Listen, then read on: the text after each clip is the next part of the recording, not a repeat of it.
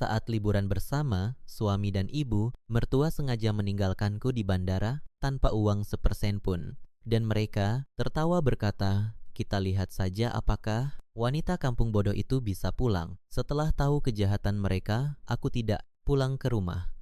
Tapi 1 bulan kemudian aku memutuskan pulang untuk membalas kejahatan mereka. Saat melihatku, suami dan ibu mertua langsung histeris pingsan. Karena sebelum ceritanya dimulai, silakan tulis di kolom komentar dari daerah mana saja teman-teman yang menyimak cerita ini.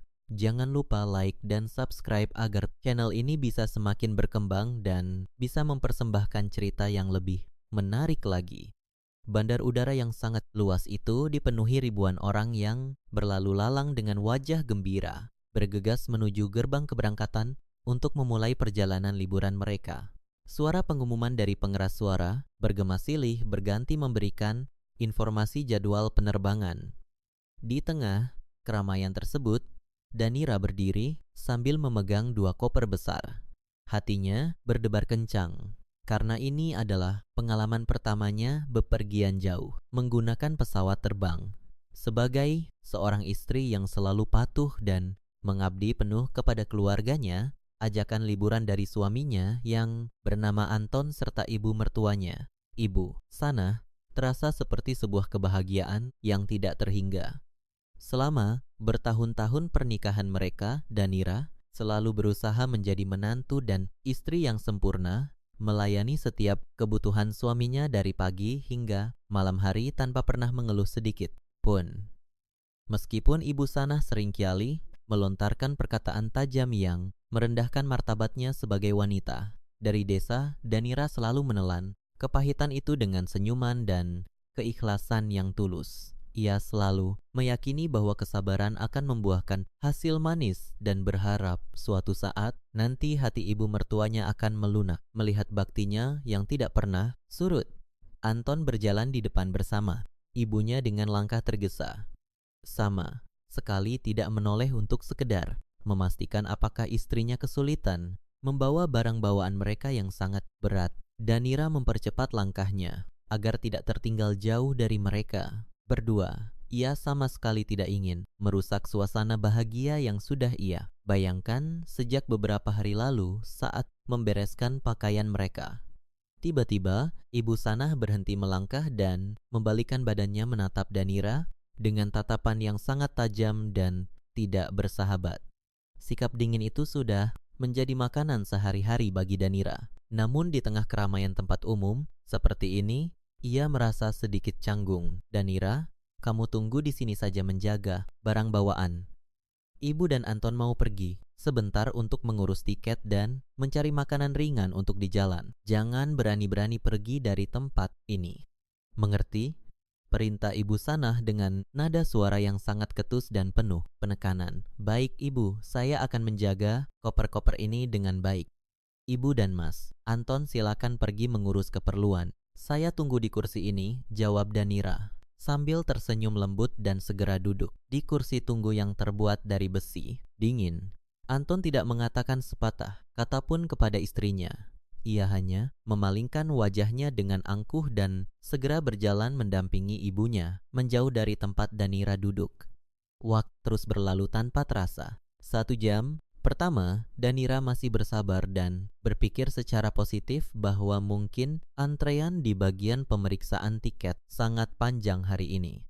Namun ketika 2 jam berlalu, perasaan gelisah mulai menyelimuti hatinya perlahan-lahan. Perutnya mulai terasa perih karena ia belum makan apapun sejak pagi demi menyiapkan segala keperluan suami dan ibu mertuanya sebelum berangkat. Danira mencoba berdiri dan mengedarkan pandangannya ke seluruh penjuru ruangan. Gedung yang luas itu mencari sosok suami dan ibu mertuanya.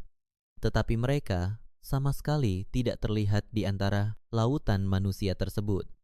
Karena rasa cemas yang semakin memuncak dan ketakutan akan tertinggal pesawat terbang, Danira memutuskan untuk berjalan perlahan mencari mereka di sekitar deretan toko makanan yang tidak terlalu jauh dari tempatnya menunggu. Ia memastikan koper-koper itu diletakkan dengan aman di sudut tempat duduknya. Saat Danira mendekati sebuah pilar besar Di dekat lorong menuju gerbang pemeriksaan akhir, langkahnya terhenti secara tiba-tiba. Ia melihat Punggung, suaminya dan ibu mertuanya sedang berdiri saling berhadapan tidak jauh dari pilar tersebut. Danira baru saja hendak melangkah maju dengan perasaan lega dan memanggil nama mereka. Namun, suara percakapan yang terdengar di telinganya menghentikan seluruh niatnya. Seketika, kakinya serasa terpaku di lantai marmer yang dingin. Biarkan saja, dia di sana, Ibu. Kita lihat saja apakah wanita kampung bodoh itu bisa pulang tanpa uang sepeser pun. Tawa Anton pecah, terdengar sangat lepas dan tanpa beban sedikit pun.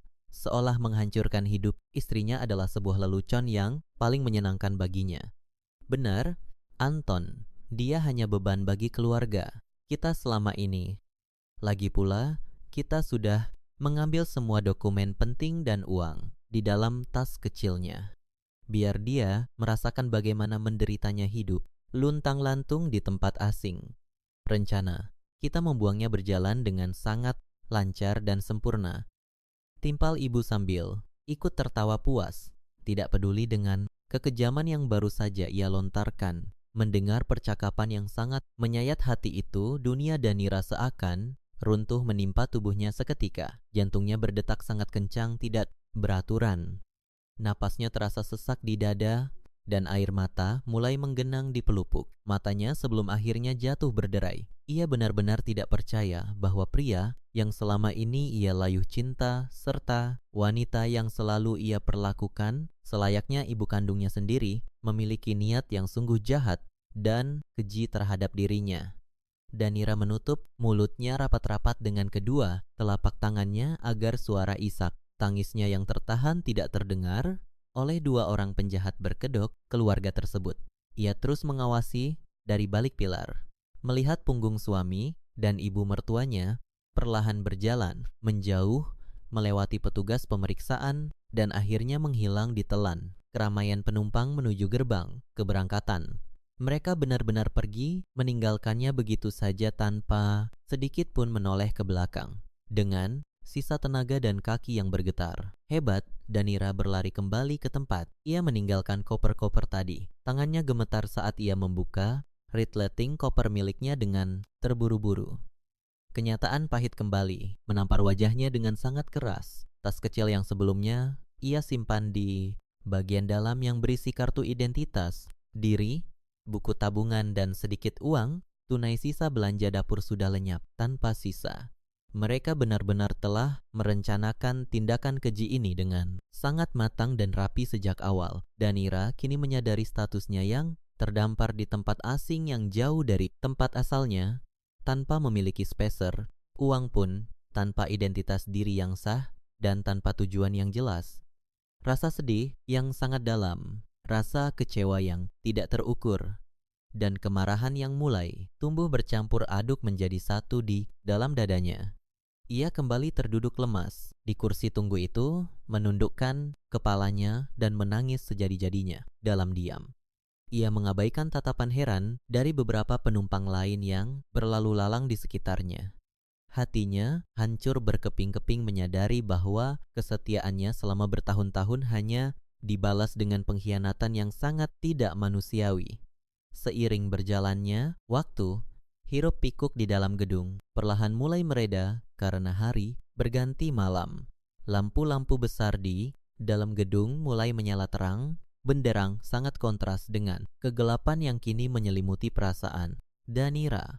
Ia berjalan gontai menjauh dari area keberangkatan, melangkah keluar, melewati pintu kaca otomatis menuju pelataran luar gedung. Hembusan angin, malam yang sangat dingin langsung menusuk kulitnya.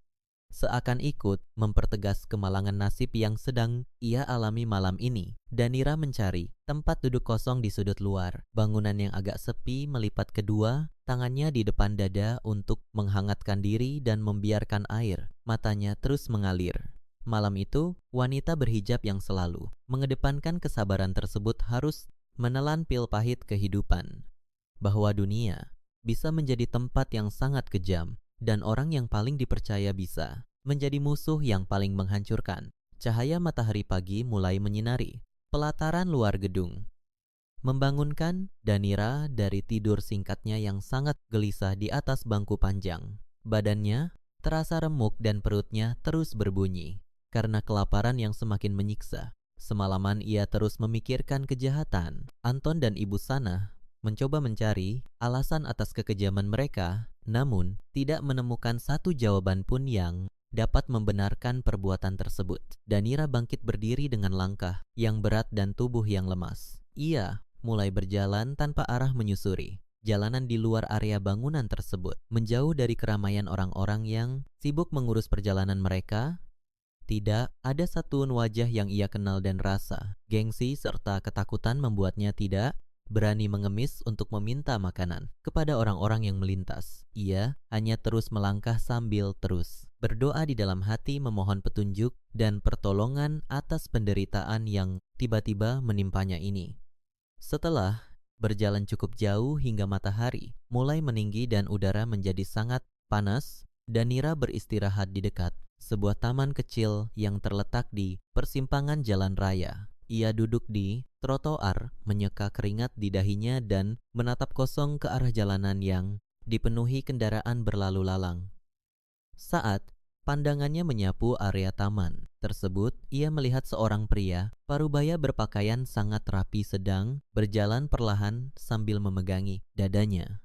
Langkah pria itu terlihat sangat goyah dan tidak seimbang. Tiba-tiba pria itu terjatuh tersungkur di atas trotoar berbatu, memegang bagian jantungnya dengan wajah yang pucat pasi dan menahan kesakitan yang luar biasa. Beberapa pejalan kaki di sekitarnya menghentikan langkah mereka karena terkejut. Namun mereka hanya berkerumun dan saling pandang dengan panik tanpa berani melakukan tindakan pertolongan pertama apapun. Melihat kejadian darurat tersebut, jiwa penolong Danira langsung bangkit. Ia melupakan sejenak rasa lapar dan keputusasaannya sendiri. Danira segera berlari secepat tenaga mendekati kerumunan tersebut, menerobos masuk ke tengah dan berlutut di samping pria tua yang napasnya sudah mulai tersengal-sengal itu. Dengan gerakan yang tangkas dan tenang, Danira melonggarkan kerah ke meja pria tersebut agar aliran udaranya menjadi lebih lancar. Ia memeriksa denyut nadi di pergelangan tangan sang bapa yang terasa sangat lemah dan tidak beraturan. Tanpa membuang waktu, Danira segera meminta salah satu orang di kerumunan tersebut untuk memanggil ambulans dengan nada suara yang tegas sehingga orang tersebut langsung menuruti perintahnya tanpa ragu. Sementara menunggu bantuan medis tiba, Danira terus menggosok telapak tangan dan punggung pria itu, memberikan pertolongan pertama dengan memposisikan kepala pria tersebut sedikit mendongak ke atas untuk membuka saluran pernapasan. Ketenangan Danira membuat suasana di sekitar menjadi lebih terkendali. Tidak berapa lama suara sirine ambulans terdengar memecah kebisingan jalan raya. Petugas medis turun dengan sigap membawa tandu dan peralatan darurat, memindahkan pria tua tersebut dengan cepat ke dalam mobil. Salah satu petugas medis menanyakan apakah ada anggota keluarga yang menyertai. Dan karena tidak ada satuun yang mengaku, Danira merasa memiliki tanggung jawab moral untuk memastikan keselamatan pria yang ia tolong tersebut. Ia mengajukan diri untuk ikut di dalam mobil ambulans, menemani perjalanan menuju rumah sakit terdekat. Selama di dalam perjalanan, petugas medis terus memberikan tindakan penyelamatan intensif dan Danira duduk di sudut ruangan dengan cemas terus, memanjatkan doa keselamatan. Setibanya di rumah sakit, pria tersebut langsung dilarikan ke ruang perawatan intensif. Danira duduk di kursi ruang tunggu dengan pakaian yang kusut dan perasaan yang kembali diselimuti kebingungan atas nasibnya sendiri. Setelah beberapa jam menunggu dalam ketidakpastian, seorang dokter keluar dan menghampiri Danira, menyatakan bahwa kondisi pasien sudah melewati masa kritis berkat pertolongan pertama yang cepat dan tepat waktu di lokasi kejadian. Dokter juga menginformasikan bahwa pasien sudah mulai sadarkan diri dan meminta untuk bertemu dengan orang yang telah menolong nyawanya. Danira dengan langkah pelan mengikuti arahan dokter menuju ruang rawat inap pasien tersebut yang ternyata adalah ruangan yang sangat luas, mewah, dan dilengkapi dengan berbagai fasilitas. terbaik. Pria tua itu berbaring lemah di atas tempat tidur. Namun matanya sudah terbuka dan menatap Danira yang perlahan masuk ke dalam ruangan. Beliau adalah Pak Atmaja, seorang saudagar besar yang sangat sukses dan memiliki banyak perusahaan terkemuka. Pak Atmaja tersenyum tipis melihat kedatangan wanita berhijab yang pakaiannya tampak berdebu, namun memiliki sorot mata yang tulus tersebut. "Terima kasih nak, kamu telah menyelamatkan nyawaku hari ini." Dokter bilang, "Kalau kamu terlambat bertindak, aku mungkin sudah tidak ada di dunia ini," ujar Pak Atmaja dengan suara yang masih terdengar lemah, namun penuh dengan rasa syukur yang mendalam. "Sudah kewajiban saya sesama manusia untuk menolong, Pak. Saya bersyukur Bapak sudah melewati masa kritis dan kondisinya semakin membaik," jawab Danira sambil menganggukkan kepalanya. Dengan sopan mencoba menyembunyikan getaran kesedihan di suaranya. Pak Atmaja yang memiliki ketajaman insting seorang pengusaha sukses menyadari ada beban yang sangat berat terpancar dari raut wajah wanita di depannya ini. Beliau menanyakan alasan mengapa Danira terlihat begitu kacau, kusut, dan seperti orang yang kehilangan arah di jalanan. Mendapat pertanyaan yang tulus seperti itu, pertahanan Danira akhirnya runtuh juga. Ia menceritakan seluruh kejadian pahit yang baru saja menimpanya tanpa menambahkan atau mengurangi fakta yang ada. Ia bercerita tentang pengkhianatan suaminya, Anton, dan ibu mertuanya, Ibu Sanah. Ia menceritakan dengan tegar bagaimana ia sengaja ditinggalkan begitu saja tanpa speser uang dan tanpa kartu pengenal diri, dengan tujuan membuangnya agar tidak bisa kembali ke rumah asalnya. Mendengar cerita pilu tersebut, raut wajah Pak Atmaja berubah menjadi sangat serius dan penuh simpati.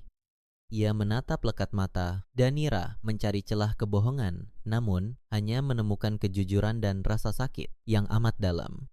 Pak Atmaja terdiam sejenak, memikirkan sebuah keputusan besar di dalam kepalanya. Ia kemudian mengubah posisi duduknya menjadi lebih tegak dan menatap Danira dengan pandangan yang penuh keyakinan. "Nak Danira, orang-orang yang telah berbuat jahat kepadamu tidak pantas mendapatkan air matamu. Kejahatan mereka harus dibalas dengan pembuktian bahwa kamu jauh lebih kuat daripada yang mereka bayangkan." Menangis meratapi, "Nasib tidak akan mengubah apapun," kata Pak Atmaja dengan tegas. Danira menata pria parubaya itu dengan bingung, tidak memahami maksud dari perkataan tersebut. Pak Atmaja melanjutkan perkataannya, menawarkan sebuah jalan keluar yang tidak pernah dibayangkan oleh Danira sebelumnya. "Aku berutang nyawa kepadamu dan aku selalu membayar utangku dengan tuntas. Aku akan memberikanmu perlindungan, tempat tinggal, dan semua kebutuhan yang kamu perlukan. Lebih dari itu, aku akan mengajarimu menjadi seorang wanita yang mandiri, kuat, dan cerdas. Aku akan menjadikanmu wanita yang tidak akan pernah bisa dihina, diinjak, atau dibuang oleh siapapun lagi. Ini adalah tawaranku. Kamu bisa memilih untuk kembali meratapi keadaan atau bangkit bersamaku dan mengambil kembali kehormatan serta semua hak yang telah mereka curi darimu dengan cara yang paling elegan." Danira terpaku mendengar tawaran tersebut. Ia menyeka sisa air matanya dan menatap lurus ke depan, mengingat kembali tawa jahat suaminya dan ibu mertuanya. Rasa sakit di dadanya perlahan berubah menjadi tekad yang sangat kuat.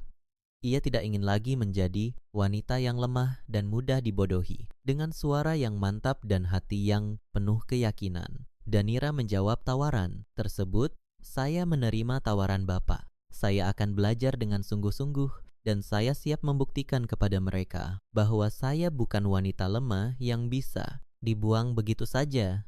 Pak Atmaja tersenyum puas mendengar jawaban tegas tersebut.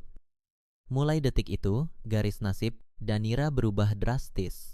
Pertolongan tidak terduga di titik paling rendah dalam hidupnya telah membuka jalan baru, sebuah jalan untuk mempersiapkan diri, membalas tuntas semua pengkhianatan yang telah ia terima dengan cara yang elegan dan terhormat. Langkah pertama menuju kebangkitannya telah resmi dimulai. Perjalanan pulang menuju rumah terasa sangat melegakan bagi Anton dan Ibu Sanah. Tidak ada lagi sosok wanita berhijab yang selalu mereka anggap sebagai pengganggu pemandangan di dalam kehidupan mereka. Setibanya di kediaman, mereka keduanya langsung merencanakan langkah selanjutnya dengan sangat rapi dan tanpa sedikit pun rasa penyesalan. Rencana keji mereka mendapatkan celah yang sangat sempurna ketika saluran berita di televisi menyiarkan sebuah musibah kebakaran besar yang melanda sebuah pasar tradisional dan area penginapan murah di kota tempat mereka meninggalkan Danira. Berita tersebut menyebutkan bahwa banyak korban jiwa yang tidak dapat dikenali akibat musibah tersebut. Melihat peluang emas ini, otak licik Ibu Sanah langsung bekerja dengan sangat cepat. Ia menyuruh Anton untuk segera pergi ke kantor kelurahan dan kepolisian setempat guna melaporkan hilangnya sang istri tercinta saat mereka sedang berlibur di sekitar lokasi kejadian kebakaran tersebut. Anton memainkan perannya dengan sangat meyakinkan. Ia datang ke kantor pihak berwajib dengan wajah yang dibuat sekusut mungkin. Mata yang sengaja dibuat merah seolah habis menangis. Semalaman dan suara yang bergetar menahan kesedihan yang mendalam. Ia memberikan keterangan palsu bahwa istrinya sedang berbelanja di pasar tersebut saat api tiba-tiba membesar dan melahap seluruh bangunan. Karena barang bawaan berisi identitas Danira sudah sengaja mereka buang di sekitar lokasi yang dekat dengan area kebakaran sebelum mereka pulang. Pihak berwajib yang melakukan penyisiran menemukan tas tersebut dan menjadikannya sebagai bukti petunjuk.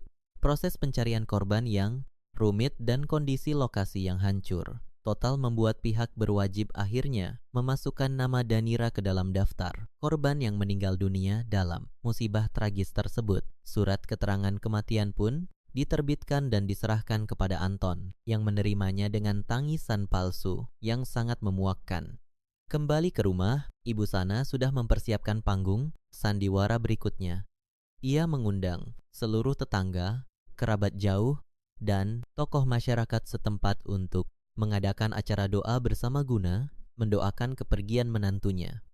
Halaman rumah mereka dipenuhi oleh kursi-kursi dan orang-orang yang datang melayat dengan wajah berduka.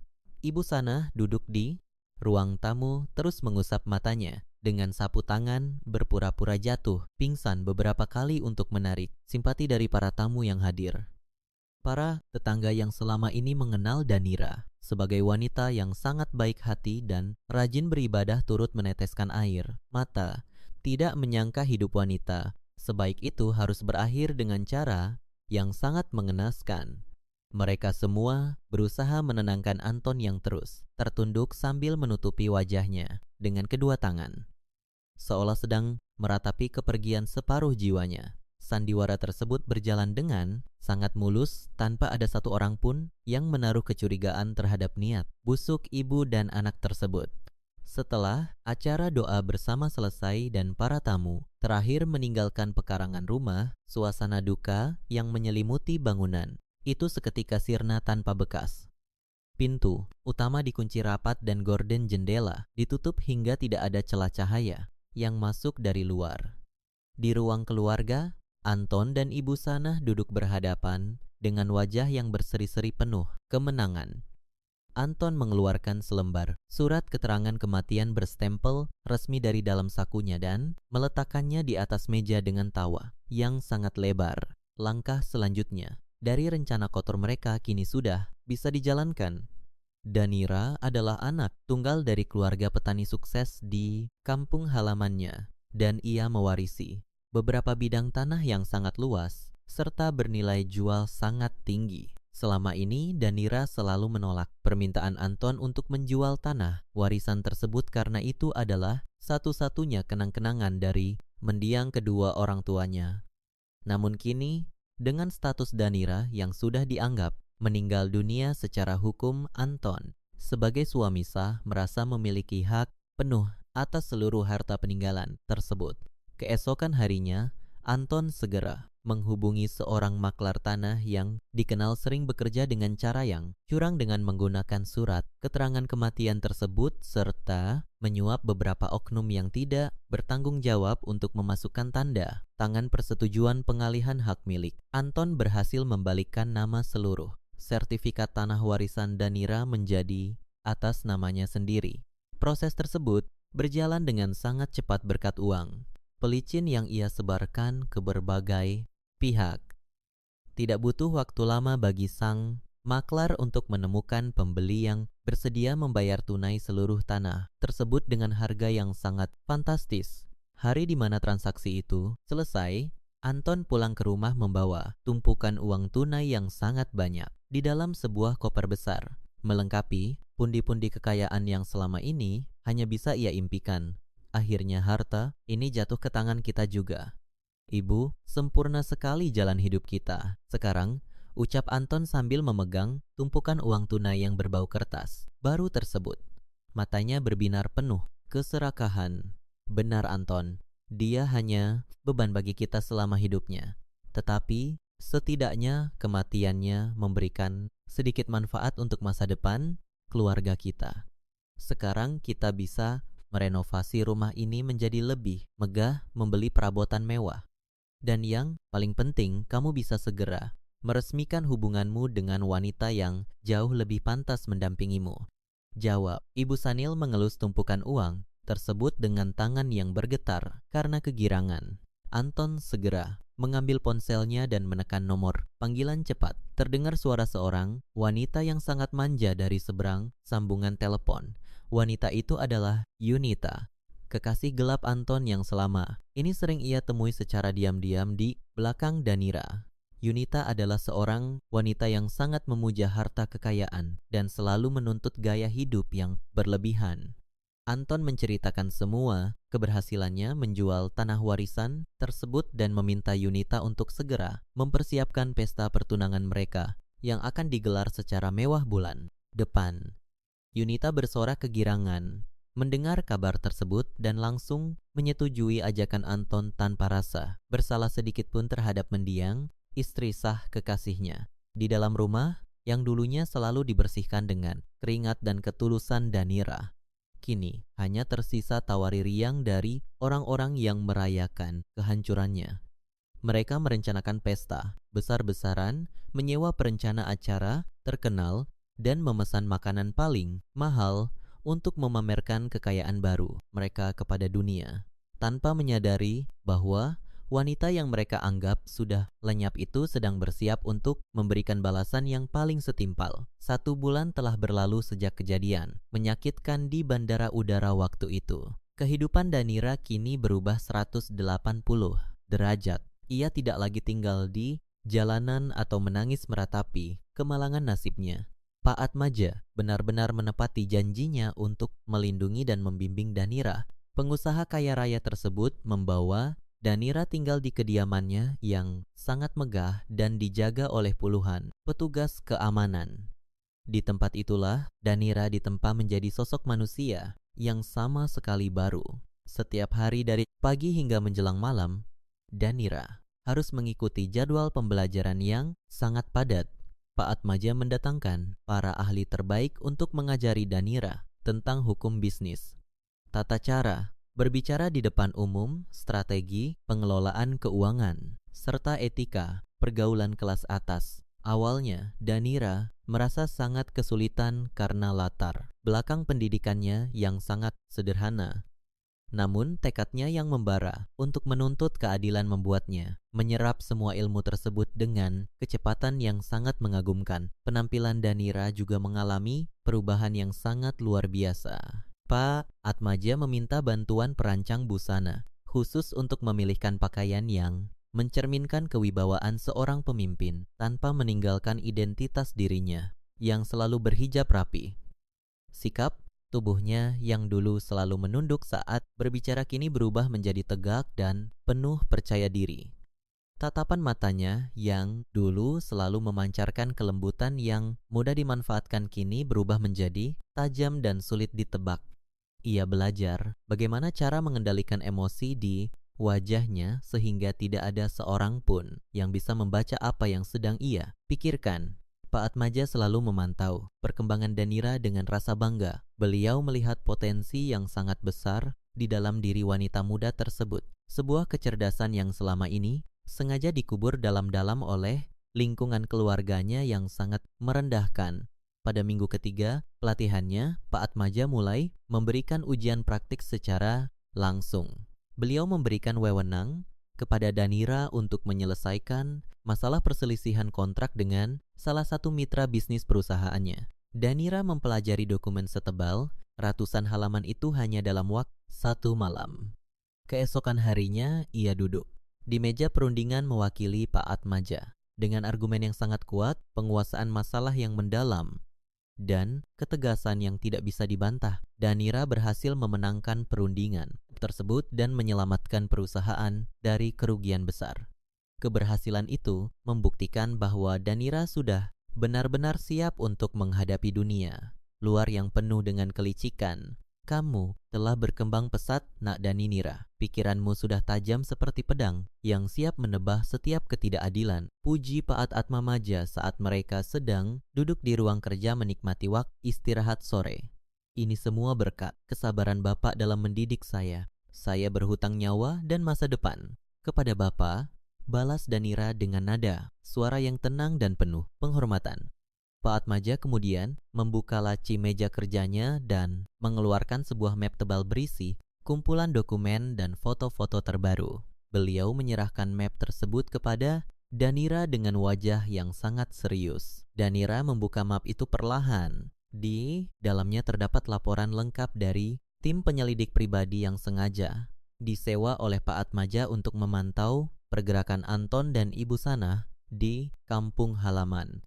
Danira membaca dengan teliti laporan tentang bagaimana suaminya memalsukan kematiannya, mencetak surat keterangan palsu, dan puncaknya adalah dokumen penjualan seluruh tanah warisan peninggalan orang tuanya kepada pihak ketiga secara sepihak. Hati Danira bergemuruh menahan amarah yang sangat besar melihat tanda tangannya dipalsukan begitu saja demi memenuhi keserakahan mereka.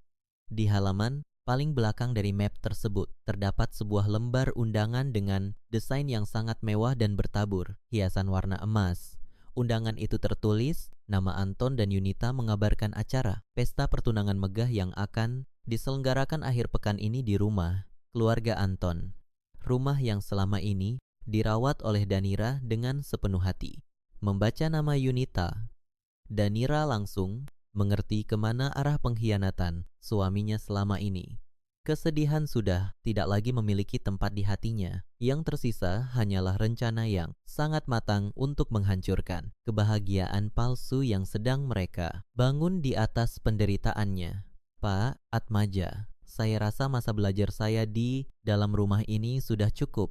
Saya siap mengambil kembali apa yang menjadi hak saya, kata Danira dengan nada tenang namun tajam. Matanya menatap lurus ke arah tumpukan dokumen tersebut. Aku sudah menduga kamu akan mengatakan itu. Tim hukum kita sudah menyiapkan seluruh berkas tuntutan atas pemalsuan dokumen dan penggelapan harta warisan tersebut. Sertifikat asli tanahmu yang sempat berpindah tangan sudah berhasil aku beli kembali melalui jalur perusahaan properti milikku. Secara hukum, kamu adalah pemilik sah atas seluruh aset yang sedang mereka rayakan saat ini. Jelas Pak Atmaja sambil memberikan senyuman dukungan yang sangat berarti bagi Danira. Danira berdiri dari tempat duduknya dan merapikan pakaiannya. Ia melihat pantulan dirinya di cermin besar yang ada di sudut ruangan kerja tersebut. Wanita kampung yang lemah, penurut, dan mudah dibodohi itu telah mati malam itu di pelataran bandara udara. Wanita yang berdiri di cermin saat ini adalah sosok yang tidak akan pernah membiarkan siapapun menginjak harga dirinya lagi. Segala persiapan telah selesai dilakukan dengan sangat sempurna. Danira mengatur strategi kedatangannya ke pesta pertunangan tersebut bersama tim hukum dan aparat keamanan yang akan mendampinginya. Waktu perhitungan sudah tiba dan Danira akan memastikan bahwa kejatuhan mereka akan disaksikan oleh seluruh orang yang mereka undang untuk memamerkan harta hasil curian tersebut. Titik balik kehidupan ini akan menjadi pembalasan paling menyakitkan bagi orang-orang yang telah berani bermain api dengan kesabarannya. Malam itu, suasana di kediaman besar yang dulunya tenang dan sunyi kini berubah menjadi pusat kemeriahan yang sangat luar biasa. Lampu-lampu kristal gantung berukuran sangat besar yang baru saja dibeli dari toko perabotan paling mahal dipasang, menyebar di langit-langit ruang utama, memancarkan cahaya terang benderang yang menyilaukan mata dan memantul pada lantai marmer yang digosok hingga mengkilap sempurna. Berbagai macam bunga segar berharga fantastis didatangkan langsung dari perkebunan terbaik, dirangkai dengan sangat indah memenuhi setiap sudut ruangan, menyebarkan aroma harum yang sangat kuat menutupi udara malam. Alunan musik klasik mengalun lembut dari deretan alat musik dawai yang dimainkan secara langsung oleh sekelompok pemusik sewaan profesional di sudut ruangan menambah kesan megah dan eksklusif pada acara malam tersebut. Meja-meja panjang yang dilapisi kain sutra halus menyajikan berbagai macam hidangan mewah dari darat dan laut, dimasak secara khusus oleh juru masak terkenal yang sengaja disewa dengan harga tinggi untuk memanjakan lidah para tamu undangan yang hadir. Tidak ada satuun sudut rumah yang luput dari sentuhan kemewahan buatan. Sebuah pameran kekayaan yang sengaja dirancang sedemikian rupa untuk membungkam mulut siapa saja yang dulu pernah meremehkan keluarga tersebut. Semua biaya pesta besar-besaran ini tentu saja dibayar lunas menggunakan uang tunai hasil penjualan tanah warisan yang sama sekali bukan milik mereka. Anton berdiri di tengah ruangan dengan dada membusung, penuh kebanggaan yang meluap-luap. Ia mengenakan setelan jas buatan penjahit ternama yang harganya setara dengan biaya hidup berbulan-bulan bagi sebuah keluarga biasa. Di sampingnya berdiri Yunita, wanita simpanannya yang kini telah resmi diperkenalkan sebagai calon istri, memamerkan senyum angkuh dengan tumpukan perhiasan berlian berkilauan yang menghiasi leher, telinga, dan pergelangan tangannya. Yunita tidak henti-hentinya memandang bayangan dirinya sendiri di cermin besar yang terpasang di dinding ruang tamu, merasa bahwa ia adalah wanita paling beruntung dan paling berkuasa di dunia pada malam ini. Ia sama sekali tidak peduli bahwa kemewahan yang ia nikmati saat ini dibangun dengan kejam di atas penderitaan dan air mata seorang wanita berhijab yang telah dibuang dengan sangat tidak manusiawi. Bagi Yunita, tumpukan harta adalah satu-satunya sumber kebahagiaan sejati. Dan Anton telah membuktikan bahwa ia mampu memberikan segalanya tanpa batasan. Para tamu undangan yang sebagian besar adalah rekan bisnis baru Anton dan kenalan Yunita dari kalangan atas terus berdatangan memberikan ucapan selamat sambil menikmati berbagai hidangan lezat yang disajikan tiada henti. Di sudut lain ruangan yang dipenuhi deretan kursi ukir, Ibu Sana tampak sangat sibuk memamerkan kekayaan barunya kepada ibu-ibu tetangga dan kerabat jauh yang sengaja ia undang hanya untuk membuat mereka merasa iri dan rendah diri.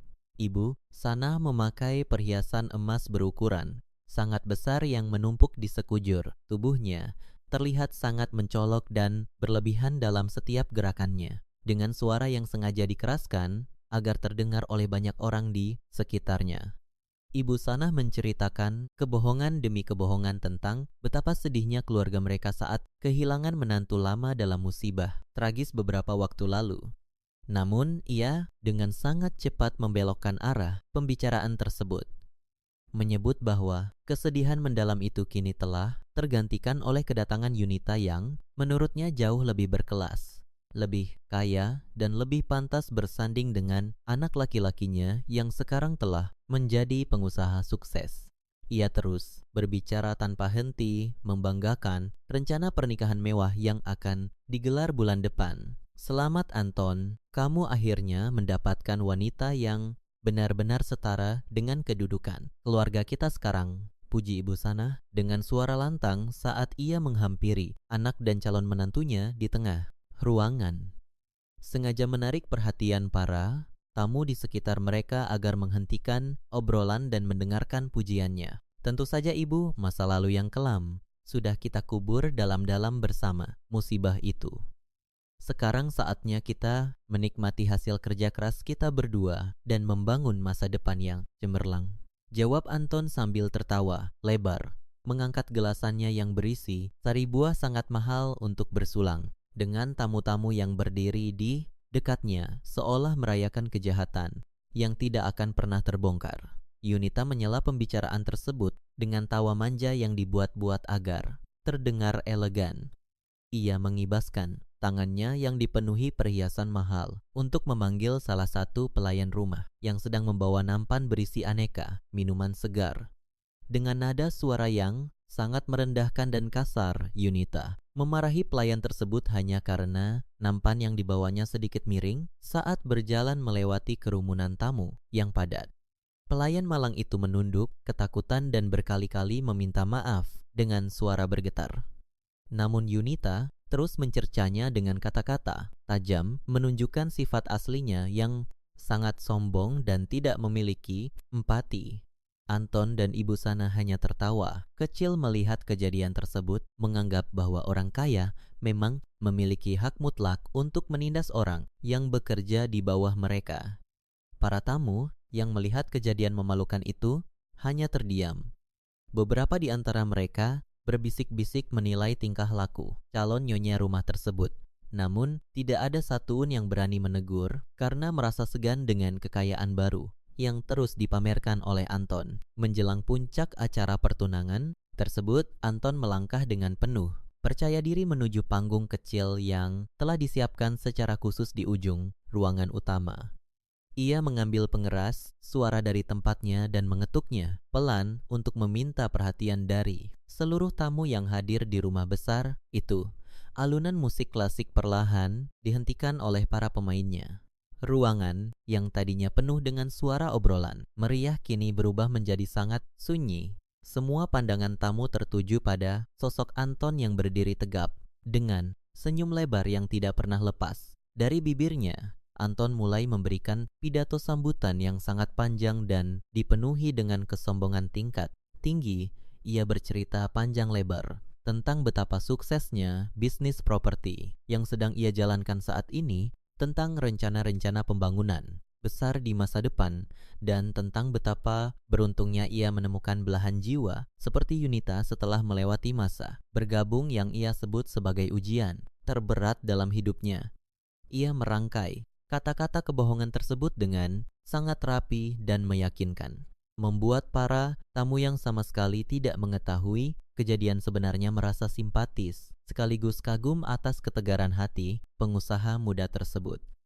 Saya ingin mengucapkan ribuan terima kasih kepada kalian semua yang telah menyempat waktu berharga kalian untuk hadir malam ini. Pesta ini bukan hanya sekedar perayaan pengikatan janji saya dengan Yunita, tetapi juga sebuah perayaan besar atas kebangkitan keluarga kami dari masa lalu yang sangat menyedihkan. Kami telah melewati badai ujian yang sangat berat, kehilangan seseorang yang pernah menjadi bagian dari rumah ini dalam sebuah musibah kecelakaan tragis di kota seberang. Namun, Tuhan rupanya sangat adil. Ia mengganti kesedihan luar biasa itu dengan berkah kekayaan yang tidak terhingga dan mendatangkan bidadari secantik ini ke dalam hidup saya. Ucap Anton dengan suara lantang yang menggema ke seluruh penjuru ruangan, yang kemudian langsung disambut oleh tepuk tangan meriah dari para tamu undangan termasuk Yunita yang tersipu, malu mendengarnya. Ibu Sana yang berdiri di barisan paling depan mengusap sudut matanya dengan ujung sapu tangan. Sutra berpura-pura meneteskan air mata haru yang mendalam saat mendengar pidato anaknya. Ia benar-benar menikmati setiap detik perannya sebagai ibu dari seorang pria kaya raya yang sangat dihormati oleh banyak orang. Dalam hatinya yang paling gelap, ia merasa sangat puas dan bangga karena rencana membuang Danira terbukti menjadi keputusan terbaik yang pernah ia buat seumur hidupnya.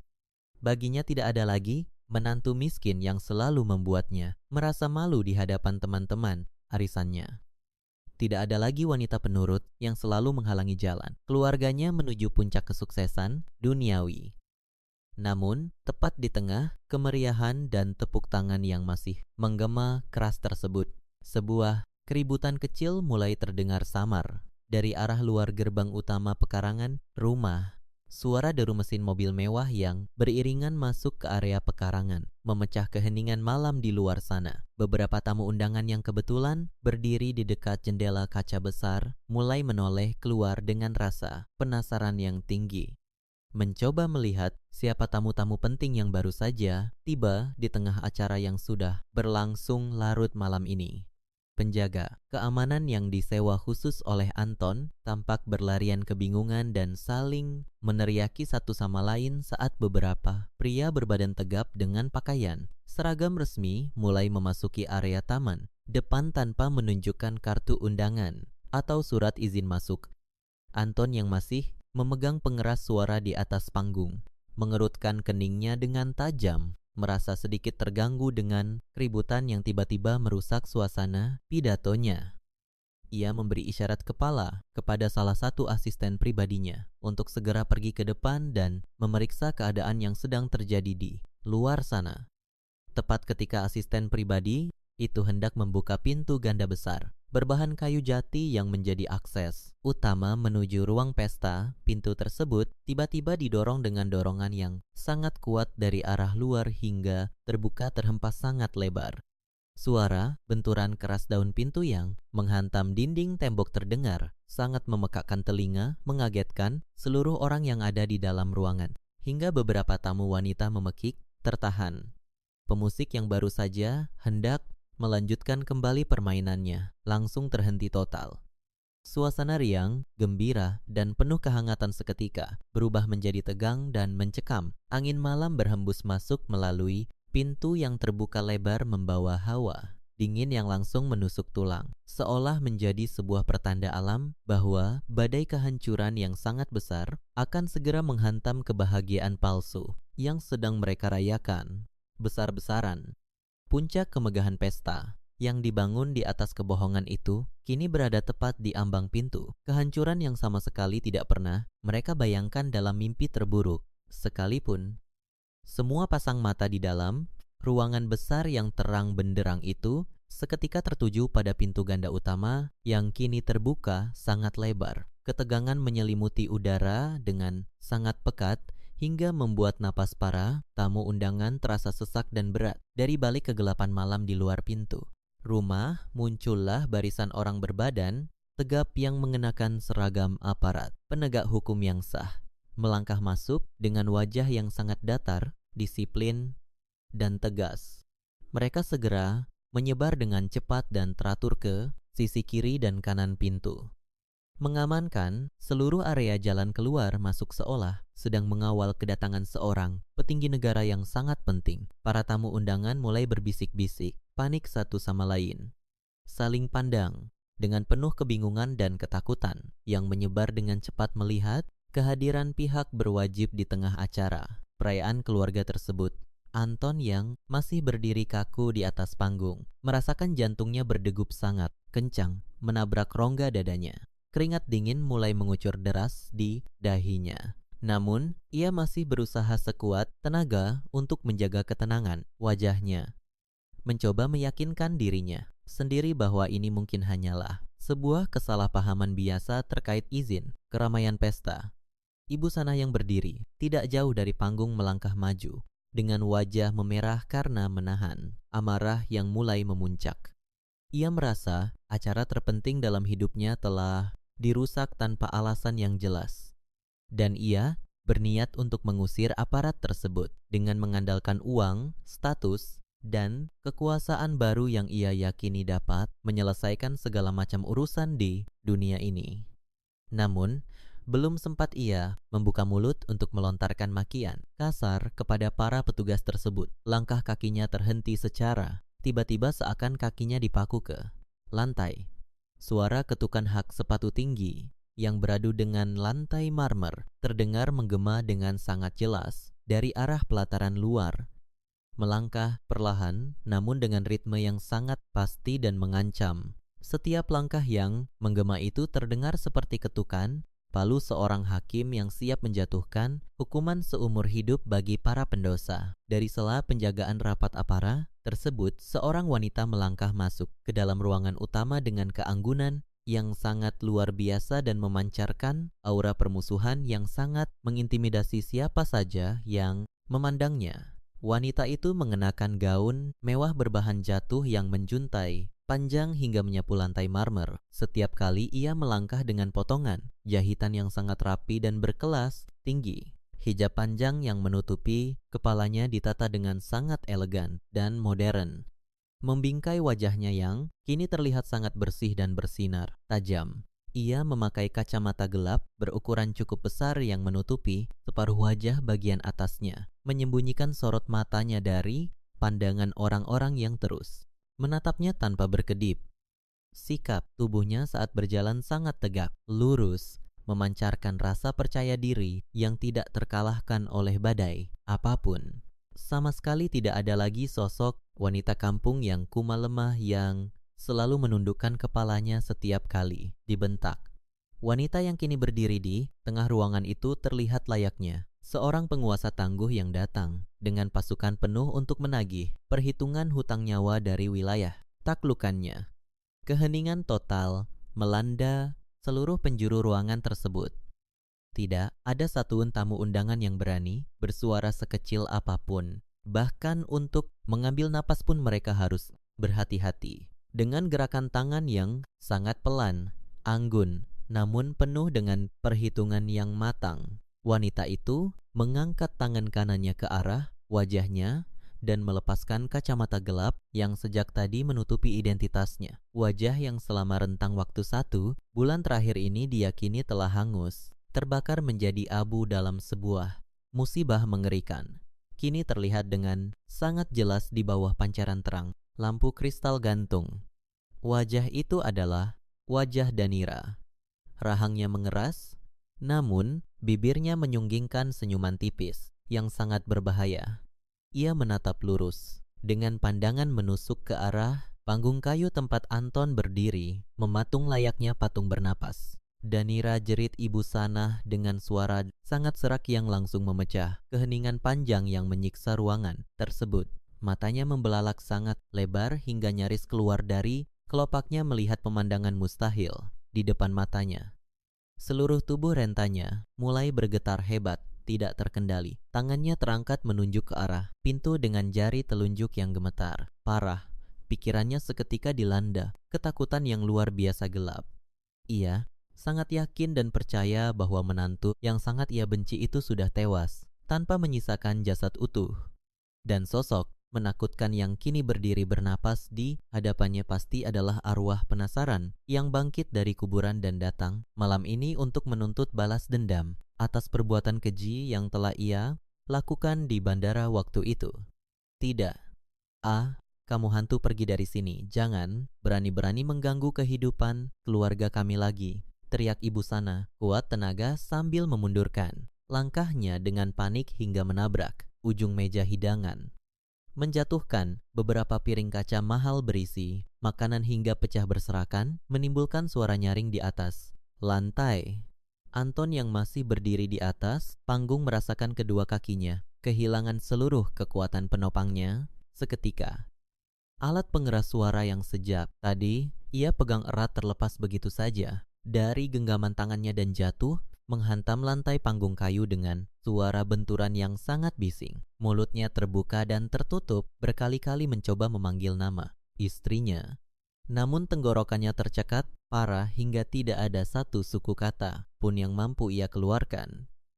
Wajahnya yang tadinya berseri-seri penuh kemenangan kini berubah menjadi pucat, pasti seperti mayat yang kehabisan darah. Otaknya berputar sangat cepat, mencoba memproses apa arti kehadiran wanita ini bagi hidupnya. Jika Danira ternyata masih hidup dan bernapas serta mampu berdiri di ruangan ini bersama aparat penegak hukum yang mengawalnya, itu berarti surat keterangan kematian yang ia gunakan untuk mengklaim warisan adalah palsu dan cacat hukum. Itu berarti seluruh proses transaksi penjualan tanah warisan tersebut adalah sebuah kejahatan penipuan tingkat tinggi. Lebih jauh lagi, itu berarti seluruh uang tunai, harta benda, dan kemewahan melimpah yang ia pamerkan malam ini adalah hasil kejahatan yang akan menyeretnya secara langsung ke dalam penjara yang gelap. Kenyataan mengerikan dan ancaman hukum yang begitu nyata itu menghantam pikirannya, bertubi-tubi seperti pukulan palu godam yang menghancurkan tengkoraknya. Yunita yang sama sekali tidak memahami keseluruhan situasi masa lalu menatap Anton dan Danira secara bergantian dengan wajah dipenuhi kebingungan. Ia melangkah tergesa mendekati Anton dan menarik lengan jas mahal pria itu dengan kasar. "Anton, siapa wanita ini? Kenapa dia datang dan merusak acara penting kita? Kenapa ibumu berteriak seperti orang gila melihatnya?" tanya Yunita dengan nada suara tinggi dan penuh dengan tuntutan penjelasan. Namun Anton sama sekali tidak menghiraukan tarikan atau rentetan pertanyaan Yunita. Tatapan ketakutannya terus terkunci erat pada sosok wanita berhijab di bawah sana yang kini melangkah mendekati panggung dengan ketenangan yang mematikan. Danira menghentikan langkahnya tepat di tengah ruangan yang dikelilingi oleh para tamu, yang kebingungan memberikan senyuman paling dingin yang pernah dilihat oleh siapapun di dalam bangunan rumah mewah tersebut. "Kenapa, Mas Anton? Ibu sana, kok wajah kalian terlihat sangat ketakutan seperti baru saja melihat hantu yang bangkit dari kubur. Bukankah di bandara waktu itu kalian berdua bilang ingin melihat apakah wanita kampung bodoh ini bisa pulang atau tidak? Nah, sekarang lihatlah baik-baik. Wanita kampung bodoh yang kalian buang itu sudah pulang berdiri tegak tepat di depan mata kalian," ucap Danira dengan suara yang sangat tenang dan tanpa emosi yang meledak-ledak. Namun setiap kata yang keluar dari bibirnya terdengar seperti irisan belati yang sangat tajam, menyayat mental mereka berdua hingga ke bagian paling dalam. Mendengar suara yang sangat nyata, melihat tarikan napas di dada wanita itu dan menyaksikan langkah kaki Danira yang menapak kuat di atas lantai marmer, ibu sana pada akhirnya menyadari satu kebenaran mutlak yang jauh lebih menakutkan daripada bertemu dengan makhluk halus. Menantu perempuannya itu belum mati. Danira benar-benar masih hidup dan telah kembali dengan kekuatan serta perlindungan yang sama sekali tidak terbayangkan oleh pikiran liciknya. Bayangan buruk tentang jeruji besi, selokan penjara yang dingin, ancaman hilangnya semua harta kekayaan yang baru saja ia cicipi kenikmatannya, dan rasa malu luar biasa yang akan ditanggungnya seumur hidup di hadapan seluruh tetangga. Yang hadir malam ini membuat tekanan darah ibu sana melonjak sangat drastis, menembus batas kewajaran. Ia mencoba menarik napas panjang, namun dadanya terasa sangat sesak seolah dihimpit batu berukuran sangat besar. Pandangannya mulai berputar-putar dengan hebat dan seluruh ruangan terasa berayun kencang di matanya. Hal mengerikan yang sama juga dialami oleh Anton di atas panggung. Rasa takut yang amat sangat akan hukuman berat yang sudah pasti menantinya akibat memalsukan dokumen penting negara dan menjual aset bernilai tinggi milik orang lain secara ilegal, membuat seluruh akal sehatnya menguap. Seketika, kemewahan, penghormatan, dan kehidupan sempurna yang ia impikan selama bertahun-tahun kini hancur, berkeping-keping menjadi debu hanya dalam hitungan detik. Hukuman kurungan yang panjang sudah pasti menantinya di depan mata. Tanpa ada celah hukum sedikit pun untuk berkelit, ia menatap ke arah pintu keluar. Namun, niat untuk melarikan diri langsung pupus karena seluruh jalur pelarian telah diblokir rapat oleh barisan aparat penegak hukum yang sudah bersiap menangkapnya. Ketakutan yang berada di luar batas, nalar rasa bersalah yang tiba-tiba menghimpit rongga dada, dan kejutan mental yang teramat hebat menyerang pikiran mereka berdua secara bersamaan, membuat pertahanan fisik ibu dan anak tersebut runtuh tanpa sisa. Ibu sana memegangi kepalanya dengan kedua tangannya sambil menjerit panjang, menyayat hati. Lalu seketika pandangannya menjadi sangat gelap, tubuh rentanya ambruk membentur lantai marmer dengan suara dentuman keras, tidak lagi mampu menopang beban ketakutannya. Ia pingsan tidak sadarkan diri di tengah genangan pecahan piring hidangan. Hanya selang 1 detik berikutnya, Anton yang sedari tadi berdiri gemetar hebat menahan beban tubuhnya di atas panggung, ikut kehilangan seluruh keseimbangan. Ototnya, matanya terbelalak menatap bayangan kehancurannya pada sosok Danira. Untuk terakhir kalinya sebelum akhirnya tubuhnya merosot jatuh berdebum dan terguling dari atas panggung kecil tersebut ke lantai bawah. Ia pun ikut pingsan seketika, menyusul ibunya masuk ke dalam ruang kegelapan yang sama. Pesta yang seharusnya menjadi puncak perayaan kemenangan kotor mereka kini berubah total menjadi arena eksekusi mental yang sangat mengerikan, di mana sang wanita berhijab berdiri tegak, menyaksikan musuh-musuhnya tumbang tidak berdaya tanpa ia harus mengangkat satu jari pun untuk menyentuh mereka. Suasana di dalam ruang pesta seketika berubah menjadi arena yang dipenuhi kepanikan dan kebingungan yang luar biasa. Tubuh Anton dan Ibu Sanah yang tergeletak tidak sadarkan diri di atas lantai. Marmer menjadi pusat perhatian seluruh tamu undangan yang hadir. Beberapa orang mencoba mendekat untuk memberikan pertolongan pertama. Namun, langkah mereka terhenti ketika aparat penegak hukum yang berdiri di dekat pintu masuk memberikan isyarat tegas untuk tidak menyentuh kedua orang tersebut. Danira berdiri dengan sangat tenang di tengah ruangan, membiarkan keheningan mengambil alih suasana selama beberapa saat. Ia menatap wajah mantan suami dan ibu mertuanya yang kini terkapar tidak berdaya dengan tatapan yang sangat dingin dan tanpa sedikit pun rasa kasihan. Perjalanan panjang penderitaannya selama sebulan terakhir terbayar lunas melihat orang yang telah menghancurkan hidupnya kini tumbang hanya karena melihat kehadirannya. Danira kemudian membalikkan badannya menghadap ke arah kerumunan tamu yang masih mematung, bersiap untuk membongkar seluruh kebusukan yang selama ini disembunyikan di balik kemewahan pesta malam ini. Tuan dan Nyonya sekalian, saya memohon maaf yang sebesar-besarnya karena telah mengganggu jalannya acara malam ini. Namun, ada sebuah kebenaran besar yang harus kalian semua ketahui, ucap Danira dengan suara yang sangat lantang, jelas, dan penuh wibawa, menguasai seluruh penjuru ruangan tanpa perlu menggunakan alat pengeras suara. Semua tamu menahan napas, memusat seluruh perhatian mereka kepada wanita berhijab yang baru saja bangkit dari kematian tersebut. Danira mengangkat sebuah map tebal yang sejak tadi ia bawa, membukanya perlahan dan mengeluarkan beberapa lembar kertas dokumen resmi yang telah dikumpulkan oleh tim penyelidik Pak Atatmaja. Nama saya adalah Danira. Saya adalah istri sah dari pria yang sedang terbaring pingsan di sana. 1 bulan yang lalu, pria itu dan ibunya sengaja membawa saya pergi berlibur hanya untuk membuang saya di bandara udara. Mereka mencuri seluruh identitas saya, mengambil semua uang saya, dan meninggalkan saya seorang diri tanpa arah. Niat mereka sangat jelas. Mereka ingin menyingkirkan saya dari rumah ini untuk selamanya. Lanjut Danira dengan ada suara yang bergetar menahan amarah masa lalu, namun tetap terkendali dengan sangat baik. Para tamu undangan mulai berbisik dengan nada terkejut, tidak menyangka bahwa pengusaha muda yang baru saja mereka puji setinggi langit memiliki sifat yang sangat keji dan tidak berperi kemanusiaan.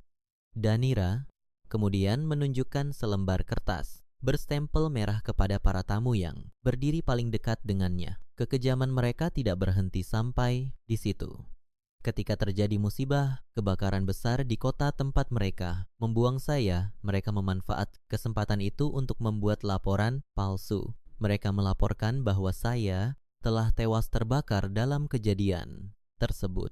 Ini adalah surat keterangan kematian palsu yang mereka buat untuk mengelabui hukum negara, tegas Danira sambil memperlihatkan bukti tersebut. Terdengar suara helaan napas panjang dan decak ketidakpercayaan dari kerumunan tamu. Pandangan kagum mereka terhadap kemewahan pesta ini seketika berubah menjadi tatapan jijik dan penuh penghakiman. Tidak berhenti sampai di situ, Danira mengeluarkan setumpuk dokumen lain yang berisi perjanjian jual beli tanah. Tujuan utama dari semua kebohongan ini adalah keserakahan. Setelah saya dinyatakan meninggal secara hukum, pria itu memalsukan tanda tangan saya untuk menjual seluruh tanah warisan peninggalan kedua orang tua saya. Semua kemewahan yang kalian lihat malam ini, makanan yang kalian makan, perhiasan yang dipakai oleh calon istri barunya, hingga dekorasi megah ruangan ini, semuanya dibayar menggunakan uang hasil pencurian dan penipuan tanah warisan milik saya. Mereka merayakan kebahagiaan di atas penderitaan dan harta curian, ucap Danira mengakhiri penjelasannya dengan nada yang sangat memukul kesadaran setiap orang yang mendengarnya. Suasana ruangan langsung riuh oleh suara hujatan dan cemohan dari para tamu. Orang-orang yang tadinya merasa sangat terhormat diundang ke acara tersebut, kini merasa sangat ditipu dan dilecehkan. Mereka mulai melemparkan gelas minuman ke lantai sebagai bentuk protes dan kemarahan. Di tengah keributan yang mulai memanas tersebut, jari tangan Anton mulai bergerak pelan. Pria itu perlahan membuka matanya, mengerang pelan menahan rasa sakit di kepalanya akibat benturan keras saat ia terjatuh dari atas panggung. Kesadarannya mulai kembali sedikit demi sedikit dan hal pertama yang ia dengar adalah suara cemohan dari rekan-rekan bisnisnya. Anton mencoba mengangkat tubuhnya untuk duduk. Pandangannya masih kabur, namun ia bisa melihat dengan jelas sosok Danira yang berdiri menjulang di hadapannya seperti seorang penuntut keadilan yang tidak terkalahkan. Di sudut lain, Ibu Sanah juga mulai tersadar dari pingsannya. Ia membuka mata dan langsung disambut oleh tatapan sinis dari ibu-ibu tetangga yang berdiri mengelilinginya. Ibu Sanah mencoba merangkak mundur, masih belum bisa menerima kenyataan bahwa rencananya telah hancur berantakan. Ia menatap Danira dengan tubuh yang bergetar hebat. Tidak ada lagi arwah penasaran dalam pikirannya. Yang ada hanyalah ketakutan nyata akan jeruji penjara. Ia melihat dokumen-dokumen yang berserakan di tangan Danira dan menyadari bahwa semua rahasia kejahatan mereka telah terbongkar ke hadapan publik. Aparat penegak hukum yang sejak tadi berjaga di pintu masuk mulai melangkah maju, membelah kerumunan tamu. Pemimpin pasukan tersebut mendekati Anton yang masih duduk di lantai dengan wajah pucat, pasi. Petugas itu membacakan surat perintah penangkapan dengan suara yang sangat tegas dan resmi. Anton dituduh atas berbagai pasal berlapis mulai dari penelantaran anggota keluarga, pemalsuan identitas negara hingga tindak pidana, pencucian uang dan penipuan penjualan tanah berskala besar. Petugas segera menarik paksa kedua tangan Anton ke belakang punggungnya dan memborgolnya dengan cepat. Bunyi logam borgol yang terkunci terdengar sangat nyaring, menjadi penanda berakhirnya masa kejayaan palsu yang dibangun oleh pria serakah tersebut. Anton tidak melawan sedikit pun, tenaganya sudah habis, terkuras oleh rasa takut dan rasa malu yang sangat luar biasa. Dua petugas wanita juga menghampiri Ibu Sanah yang sedang menangis terseduh-seduh di sudut ruangan. Mereka menarik lengan wanita tua itu untuk berdiri. Ibu Sanah memberontak dengan sisa tenaganya, berteriak meminta tolong kepada para tetangga. Namun tidak ada satu orang pun yang peduli. Wajah-wajah yang tadinya ramah kini berubah menjadi sangat jijik melihat wanita tua yang tega merencanakan kejahatan sekeji itu kepada menantunya sendiri. Ibu Sanah akhirnya diborgol dan dipaksa berjalan mendekati anaknya. Malam itu, kebenaran telah mengambil tempatnya dengan sangat sempurna. Cahaya terang kemewahan berubah menjadi sorotan lampu keadilan yang menyilaukan mata para pengkhianat. Danira hanya berdiri dia mengamati. Seluruh proses tersebut memastikan bahwa setiap detik kehancuran mereka terekam abadi dalam ingatannya sebagai penebus rasa sakit di masa lalunya. Kepanikan dan keputusasaan mengambil alih akal sehat Anton dan Ibu Sanah sepenuhnya. Berdiri berdampingan dengan tangan terborgol di hadapan puluhan tamu, undangan dan aparat penegak hukum. Tekanan mental yang mereka alami mencapai titik puncaknya. Bayangan akan tidur di lantai penjara yang dingin, memakan makanan seadanya, dan kehilangan seluruh harta benda seketika, menghancurkan sisa-sisa kesetiaan di antara ibu dan anak tersebut. Rasa takut yang sangat besar membuat sifat asli mereka yang mementingkan diri sendiri muncul ke permukaan tanpa bisa ditahan lagi. Kesunyian yang mencekam di ruangan itu pecah ketika Anton tiba-tiba memutar tubuhnya dan menatap ibunya dengan sorot. Mata penuh kebencian dan kemarahan yang menyala-nyala. Ini semua salah ibu. Kalau bukan karena ide gila ibu yang terus mendesakku untuk membuang Danira di bandara waktu itu, kita tidak akan pernah berada dalam masalah besar seperti ini. Ibu yang meracuni pikiranku, setiap hari mengatakan bahwa Danira hanya menghalangi jalan kesuksesan kita. Ibu yang menyuruhku mengambil semua barang bawaannya dan membiarkannya luntang-lantung. Semua kejahatan ini adalah rencana busuk ibu, bentak Anton dengan suara yang sangat keras hingga urat-urat di lehernya terlihat menonjol. Ia tidak lagi peduli dengan rasa hormat kepada orang tua. Yang ada di pikirannya hanyalah bagaimana cara melepaskan diri dari jeratan hukum yang mengancam masa depannya. Mendengar tuduhan kejam dari darah dagingnya sendiri, wajah Ibu Sana memerah pada menahan amarah yang meledak. Ia tidak terima disalah sepenuhnya atas kehancuran ini. Dengan suara melengking tinggi yang memekakkan telinga, Ibu Sana membalas teriakan anaknya tanpa ragu sedikit pun. Kamu, anak tidak berguna. Jangan berani melemparkan semua kesalahan ini kepadaku. Siapa yang pergi ke kantor pejabat dengan membawa air mata palsu untuk mencetak surat kematian itu? Kamu, siapa yang memalsukan tanda tangan Danira untuk menjual semua tanah warisan itu demi memuaskan nafsu serakahmu? Kamu, aku hanya memberikan saran, tetapi tangan kotormu sendirilah yang melakukan semua kejahatan berlapis itu. Kamu melakukan semua itu karena kamu ingin segera menikahi wanita simpananmu itu dan hidup berfoya-foya. Kamu benar-benar anak yang serakah dan bodoh. Teriak ibu. Sanil meludah ke lantai, merasa sangat jijik melihat kepengecutan anaknya sendiri.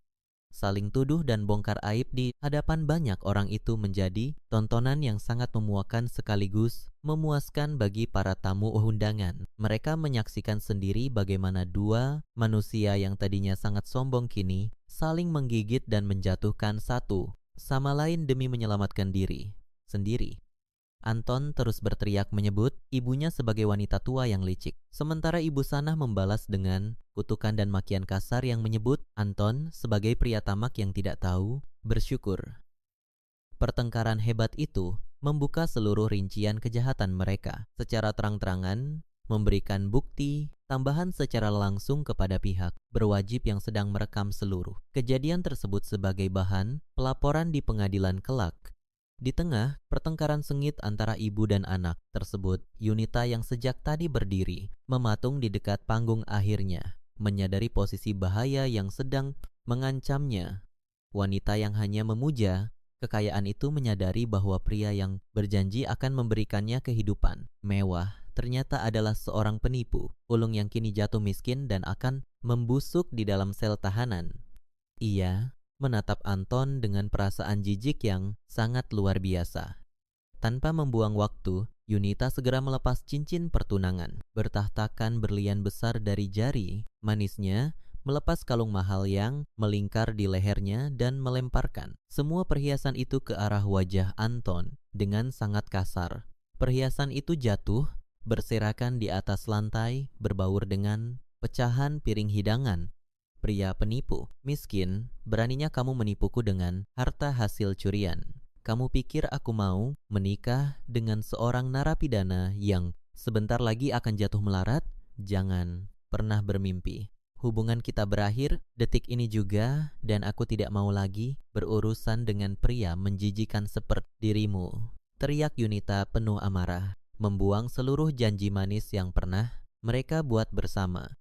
Yunita segera memutar badannya, mengangkat sedikit bagian bawah gaun mewahnya dan melangkah terburu-buru menuju pintu keluar dengan maksud melarikan diri dari tempat kejadian yang sangat memalukan tersebut. Ia berpikir bahwa dengan memutuskan hubungan saat itu juga, ia bisa terlepas dari segala tuntutan hukum yang sedang menjerat Anton. Namun, langkah kakinya langsung dihentikan oleh dua orang petugas keamanan berseragam yang berjaga di dekat pintu utama. Petugas tersebut menghalangi jalan Yunita dengan tubuh tegak dan memberikan isyarat agar wanita itu tetap berada di dalam ruangan. Maaf, Nona, Anda tidak diizinkan meninggalkan tempat ini. Berdasarkan hasil penyelidikan awal, aliran dana hasil kejahatan penjualan tanah ilegal tersebut banyak masuk ke dalam rekening pribadi Anda.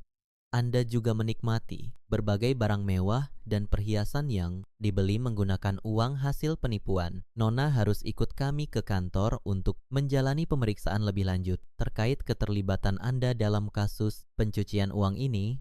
Ucap petugas tersebut dengan nada yang sangat tegas dan tidak memberikan ruang untuk berdebat. Mendengar hal itu, wajah Yunitas ketika berubah menjadi pucat, pasi.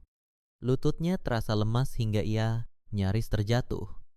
Ia berteriak histeris, menangis sejadi-jadinya, dan memohon ampun kepada petugas. Mengatakan bahwa ia sama sekali tidak tahu dari mana asal uang tersebut. Ia menyalahkan Anton yang membohonginya selama ini. Namun tangisan dan penyesalannya sama sekali tidak berguna. Aparat keamanan tetap menahannya di tempat menunggu proses. Penyitaan barang bukti selesai dilakukan. Dalam sekejap mata, 3 orang yang tadinya merasa berada di puncak dunia kini harus menelan kenyataan pahit bahwa hidup mereka telah hancur tanpa sisa akibat keserakahan. Mereka sendiri, Danira tetap berdiri, diam di posisinya, mengamati seluruh kejadian tersebut dengan wajah yang datar. Namun di dalam hatinya ia merasakan kelegaan yang luar biasa, besar. Ia tidak perlu mengeluarkan kata-kata makian atau ikut campur dalam pertengkaran kotor mereka. Karma telah datang menagih janjinya dengan cara yang paling menyakitkan, membuat parah. Pengkhianat itu saling menghancurkan diri mereka sendiri dari dalam. Pengkhianatan yang dibalas dengan pengkhianatan, keserakahan yang dibalas dengan kemiskinan yang hina. Malam perayaan itu menjadi saksi bisu bagaimana keadilan berpihak kepada orang yang bersabar dan hukuman berat telah siap menanti mereka yang berbuat zalim. Tangan aparat penegak hukum mulai mendorong tubuh Anton dan Ibu Sana keluar dari ruangan besar itu, membawa mereka menuju kendaraan tahanan yang sudah menunggu di luar rumah. Langkah gontai dan wajah penuh penyesalan itu menjadi pemandangan terakhir yang mengakhiri masa kekuasaan mereka di dalam rumah tersebut. Hari-hari berikutnya berganti menjadi masa kelam yang sangat panjang bagi Anton dan Ibu Sana. Mereka berdua harus mendekam di balik jeruji besi sel tahanan sementara, menunggu seluruh proses hukum berjalan dan persidangan digelar. Kehidupan yang dulunya penuh dengan kemewahan dan pelayanan dari orang lain kini berubah menjadi penderitaan yang tidak berkesudahan. Ruang tahanan yang sempit, pengap, dan berbau tidak sedap menjadi tempat tinggal baru bagi mereka. Lantai semen yang sangat dingin tanpa alas, tidur yang layak membuat tulang-tulang tua Ibu Sana terasa ngilu setiap malam. Makanan yang disajikan hanyalah nasi, tawar dengan lauk seadanya. Sangat jauh berbeda dengan hidangan lezat yang biasa mereka nikmati di atas meja makan berlapis kain sutra. Tidak ada lagi kebanggaan yang bisa mereka pamerkan. Tidak ada lagi kekayaan yang bisa mereka sombongkan. Keduanya terisolasi dari dunia luar, hanya ditemani oleh rasa penyesalan yang datang terlambat dan ketakutan yang terus menghantui sedetik napas mereka. Kesombongan yang selama ini menutupi hati nurani mereka telah runtuh sepenuhnya, menyisakan manusia-manusia lemah yang kini tidak memiliki kekuatan apapun untuk melawan takdir yang mereka ciptakan sendiri. Proses penyelidikan yang dilakukan oleh pihak berwajib berlangsung dengan sangat cepat dan menyeluruh. Berkat seluruh bukti dokumen otentik yang telah disiapkan secara matang oleh tim hukum Danira dan bantuan penuh dari Pak Atmaja, pihak penyidik tidak menemui kesulitan berarti untuk merangkai seluruh tindak kejahatan yang telah dilakukan oleh Anton. Pemalsuan surat keterangan kematian terbukti dilakukan dengan cara menyuap beberapa oknum yang kini juga ikut terseret ke dalam meja hijau. Proses peralihan hak milik tanah warisan milik keluarga Danira dinyatakan cacat hukum sejak awal dan dibatalkan secara resmi oleh pihak negara. Seluruh aset, rumah besar, dan sisa uang tunai yang masih ada di dalam rekening Anton maupun Yunita segera disita oleh negara untuk dikembalikan kepada pemilik sahnya, yaitu Danira. Keadaan menjadi semakin memberatkan bagi pihak Anton ketika pihak berwajib melakukan penggeledahan menyeluruh di rumah besar tersebut dan menemukan sebuah paket tersembunyi di dalam tas kerja milik Anton. Paket tersebut ternyata berisi tumpukan obat terlarang dalam jumlah yang sangat besar. Setelah diselidiki lebih lanjut, obat terlarang tersebut ternyata sengaja diselundupkan oleh salah satu mantan rekan bisnis Anton yang merasa sangat dikhianati dalam pembagian hasil penjualan tanah ilegal beberapa waktu lalu. Rekan bisnis itu menaruh barang haram tersebut sebagai bentuk balas dendam yang ternyata menjadi bumerang paling mematikan bagi kehidupan Anton, menambah daftar panjang pasal pidana yang akan menjeratnya seumur hidup. Hari persidangan yang sangat dinantikan akhirnya tiba. Ruang sidang pengadilan dipenuhi oleh banyak orang, mulai dari warga sekitar rumah, mantan rekan bisnis yang merasa tertipu, hingga beberapa pihak yang dulu pernah dihina oleh kesombongan ibu Sanah. Mereka semua datang untuk menyaksikan secara langsung akhir dari kisah keserakahan manusia yang tidak tahu bersyukur tersebut. Anton dan ibu Sanah digiring masuk ke dalam ruangan sidang dengan mengenakan seragam tahanan. Tangan mereka diborgol dengan kuat. Wajah keduanya terlihat sangat kuyu, pucat, dan kehilangan seluruh cahaya kehidupannya. Langkah kaki mereka diseret dengan susah payah menuju kursi pesakitan di tengah ruangan. Pandangan mata Anton sesekali menyapu ke arah kursi penonton. Dan saat itulah ia melihat kehadiran Danira. Wanita itu duduk dengan sangat tenang di barisan paling depan, diapit oleh pengacaranya dan paja yang terus memberikan dukungan moral. Wajah Danira terlihat sangat bersih, anggun, dan memancarkan kewibawaan yang sangat besar. Tidak ada sedikit pun raut kebencian yang meledak-ledak di wajahnya. Hanya ketenangan absolut yang justru membuat Anton semakin merasa kerdil dan hina.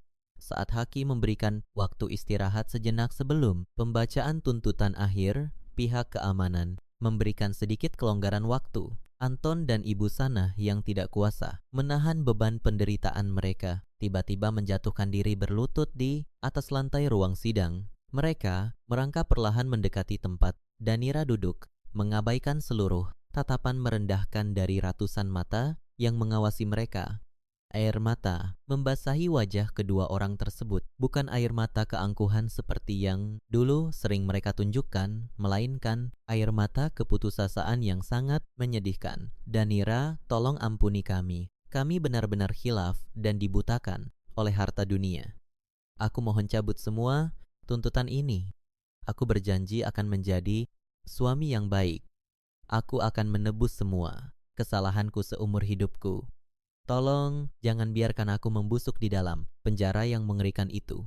Mohon Anton dengan suara yang sangat parah dan tersendat-sendat. Kepalanya terus menunduk, tidak berani menatap mata wanita yang dulu selalu ia rendahkan. Ibu Sanah ikut menangis terseduh-seduh sambil memegang jeruji pembatas. Danira, anakku yang baik hatinya, ibu mohon, ampun nak. Ibu memang wanita tua yang jahat dan kejam. Tolong kasihani hari, tua ibu.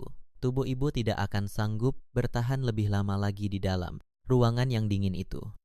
Cabut tuntutanmu nak, biarkan ibu menghabiskan sisa umur ibu di luar sana. Ibu bersujud di kakimu memohon belas kasihanmu.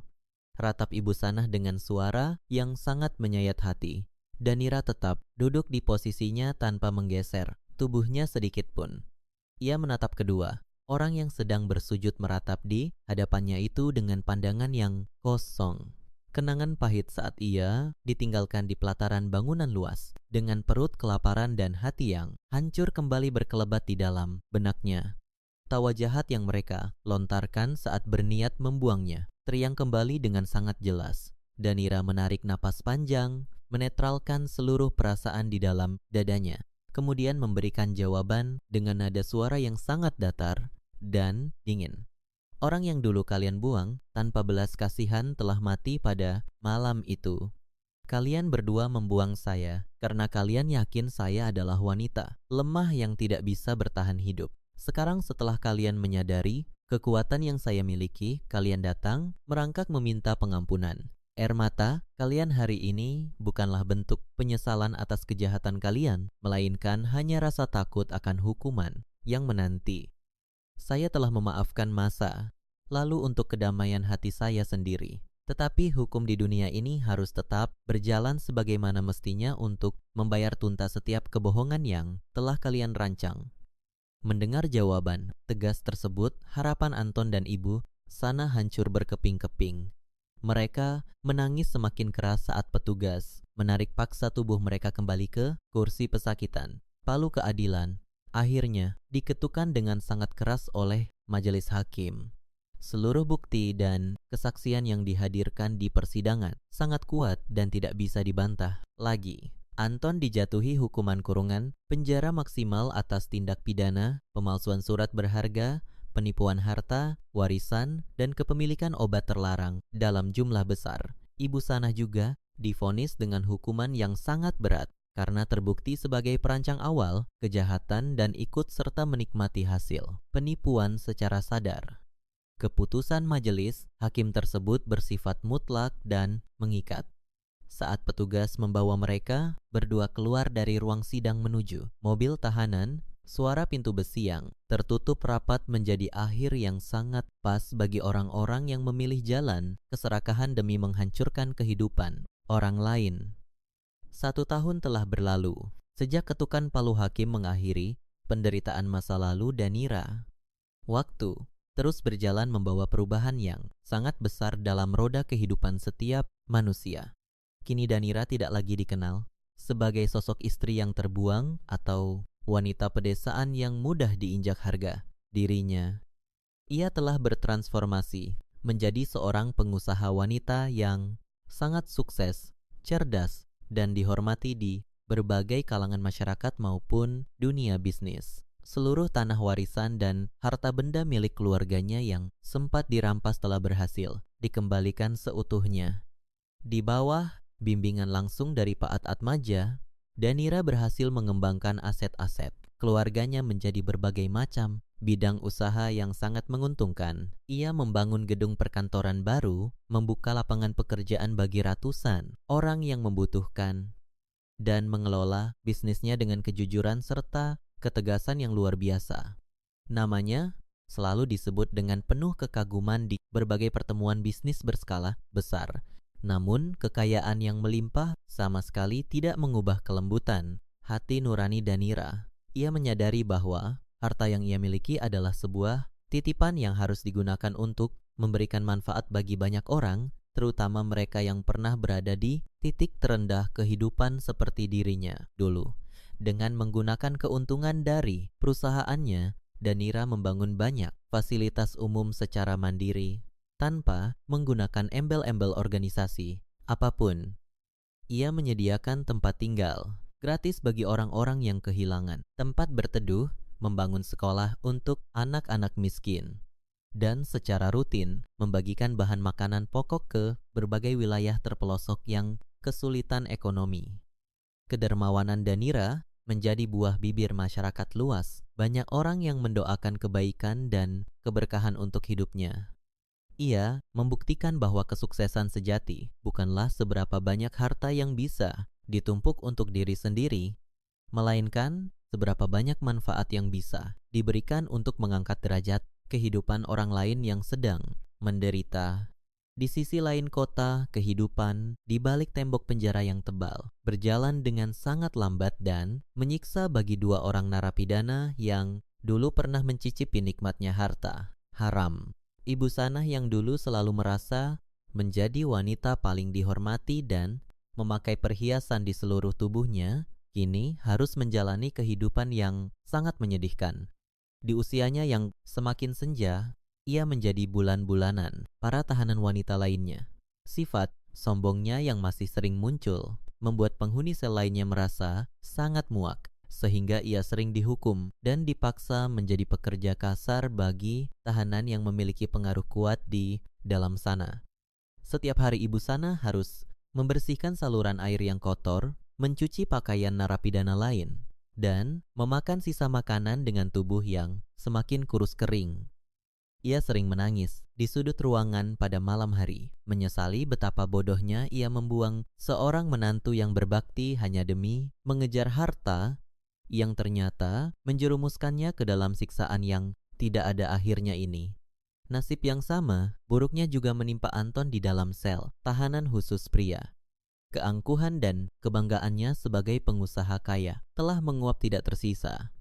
Pakaian jas mahalnya telah diganti dengan baju tahanan yang lusuh dan berbau keringat. Ia ditugaskan untuk melakukan pekerjaan paling berat di dalam fasilitas penjara tersebut, yaitu menyikat lantai kamar mandi umum yang selalu kotor setiap hari.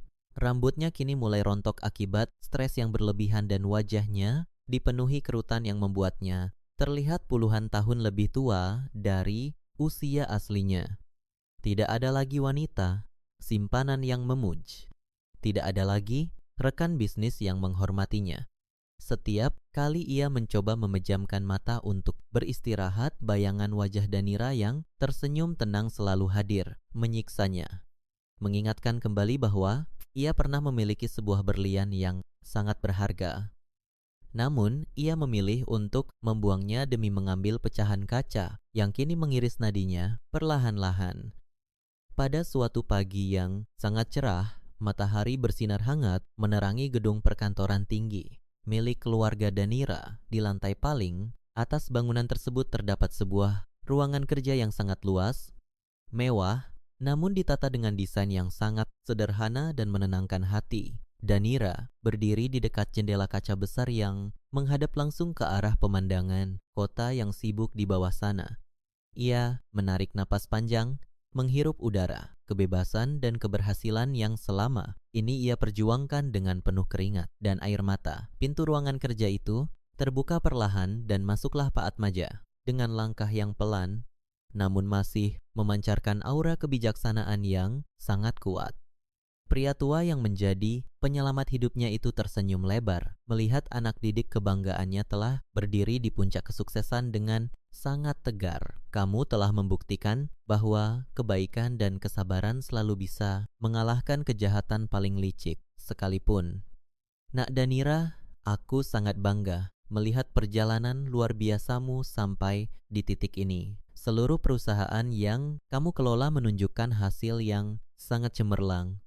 Sapa Pak Paat Atmaja. Sambil duduk di kursi tamu yang empuk, Danira segera membalikkan badannya dan berjalan menghampiri pria parubaya tersebut. Ia menundukkan kepalanya sedikit sebagai tanda hormat yang tidak pernah luntur. Terima kasih Pak Atmaja, tanpa pertolongan Bapak di taman waktu itu, tanpa ilmu yang Bapak ajarkan, dengan penuh kesabaran, saya mungkin tidak akan pernah berdiri di ruangan ini. Bapak adalah penolong yang dikirimkan Tuhan untuk mengangkat saya dari keterpurukan. Saya berjanji akan terus menjaga amanah ini dan menggunakan kekayaan saya untuk membantu lebih banyak orang yang membutuhkan. Percakapan penuh kehangatan itu menjadi saksi bisu dari akhir sebuah perjuangan panjang melawan kezaliman. Keserakahan masa lalu telah dikubur dalam-dalam bersama dengan orang-orang yang mendekam di balik jeruji besi. Sementara keikhlasan dan tekad yang kuat telah melahirkan sebuah kehidupan baru yang penuh dengan kedamaian dan kebahagiaan sejati. Danira melangkah kembali menuju meja kerjanya yang besar, duduk dengan penuh wibawa dan bersiap untuk memulai hari yang baru. Ia merapikan berkas-berkas pekerjaan dengan senyum tulus yang tidak pernah lepas dari bibirnya. Di dalam hatinya, ia merasa sangat bersyukur karena badai, pengkhianatan yang paling mengerikan, sekalipun terbukti tidak mampu menenggelamkannya, melainkan justru mengantarkannya menuju dermaga kebahagiaan yang jauh lebih indah dan abadi.